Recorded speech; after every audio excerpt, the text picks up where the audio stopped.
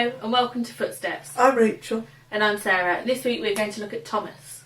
Yes, Thomas is a very famous disciple, but for a strange reason. He's often known as Doubting Thomas. I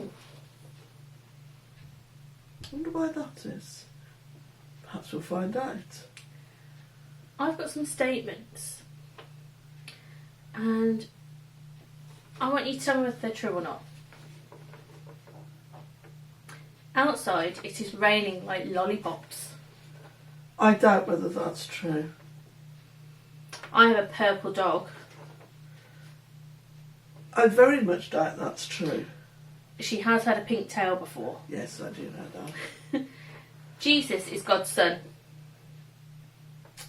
I believe that. Trains fly through the air. I very much doubt that. Hens lay eggs. That's definitely true, I believe that. Jelly beans grow on trees. I think that's probably not true. Be quite good if they did. Yes. Giraffes can do somersaults. I know from my book, Giraffes Can't Dance. I think that's probably not true. Have you ever seen a giraffe not do a somersault? That's true. When you turn the age of 5, is the oldest you will have ever been in your life at the time? Yes. Ooh. Yes. Yes, it will be. Yes, that's definitely true. When I you believe that. turn 80 next month, that will be the oldest you'll have ever been in your life. Thank you for that. That's a fib. A human can live until they are 200 years old. Now, I don't know whether that's true or not, because in the Bible, people like Methuselah lived for a long, long time, but I've not met anybody who's lived to that age. So, I don't know. And also our calendars weren't the same as it was back That's then, true. really, was it? But I'm not sure about that one. When you break a bone, do you have a fraction in your leg? No. Well, it can be if it's in your leg. Yeah, it depends where it is, It doesn't it? depends where it is. So that could be Yeah. true.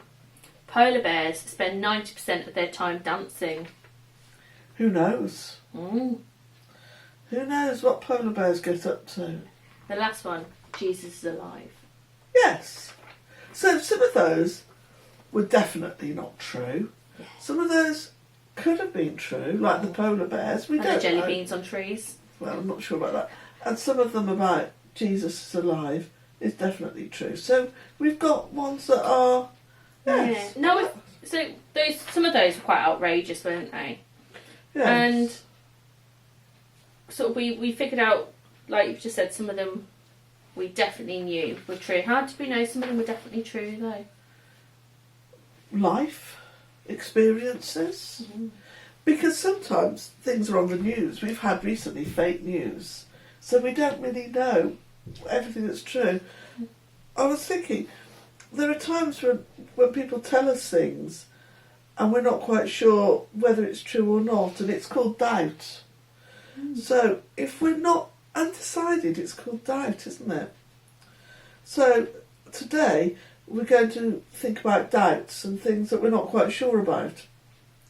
After Jesus had died and come back to life, one of the disciples, named Thomas, had doubts about what really happened. So I'm going to read the story, and this is from John chapter 20, verse 24 to 29. But Thomas, who was also called the twin, one of the 12, was not with them when Jesus came. So the other disciples told him, "We've seen the Lord." But he said to them, "Unless I see the mark of the nails in his hands, and put my finger in the mark of the nails, and my hand in his side, I shall not believe." A week later, his disciples were again in the house, and Thomas was with them. Although the doors were shut, Jesus came and stood among them and said, "Peace be with you." Then he said to Thomas, "Put your finger in here and see my hands. Reach out your hand and put it in my side. Do not doubt, but believe." Thomas answered him, "My Lord and my God." Jesus said to him, "Have you believed because you have seen? Blessed are those who have not seen and yet have come to believe. I think that's really interesting because we haven't seen Jesus in the flesh, and yet we're Christians. So, because everybody in that time had seen Jesus die on the cross, so they were quite shocked when Jesus appeared. So, could you understand Thomas doubting them? Yeah, it's quite normal to have doubts and questions about things. It's what makes things interesting, and it makes us learn more as well. Yes. But we can believe without seeing. Yeah. You know, I believe there's wind, but I can't always see the wind.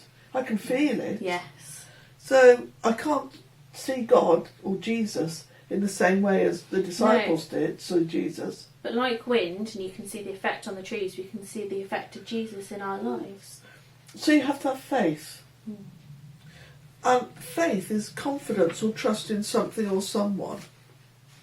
A strong, unshakable belief in something, especially without proof or evidence. A confident belief in truth, value, or trustworthiness of a person, idea, or thing. I think that, like Thomas, we all have doubts. But if we have faith, that will see us through.